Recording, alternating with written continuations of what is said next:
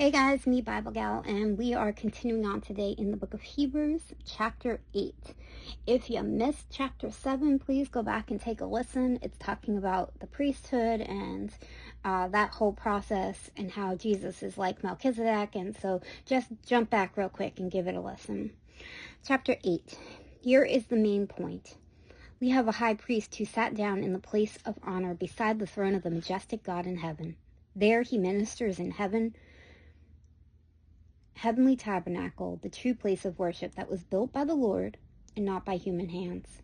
And since every high priest is required to offer gifts and sacrifice, our high priest must make an offering too. If he were here on earth, he would not even be a high priest, since there already are high priests who offer the gifts required by the law. They serve in a system of worship that is only a copy, a shadow of the real one in heaven. For when Moses was getting ready to build the tabernacle, God gave him this warning: be sure that you make everything according to the pattern I have shown you here on the mountain.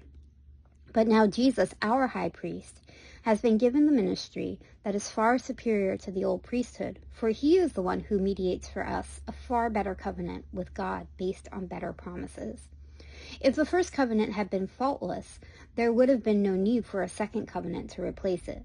But when God found fault with the people, he said, "The day is coming, says the Lord, when I will make a new covenant with the people of Israel and Judah." See, the fault wasn't in necessarily the covenant, or definitely not in him, but it was in us, right? We were the ones with the fault because we strayed and we did what we thought was best in our own eyes.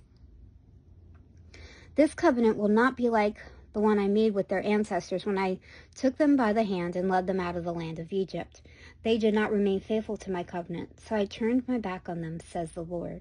But this is the new covenant I will make with the people of Israel on that day, says the Lord.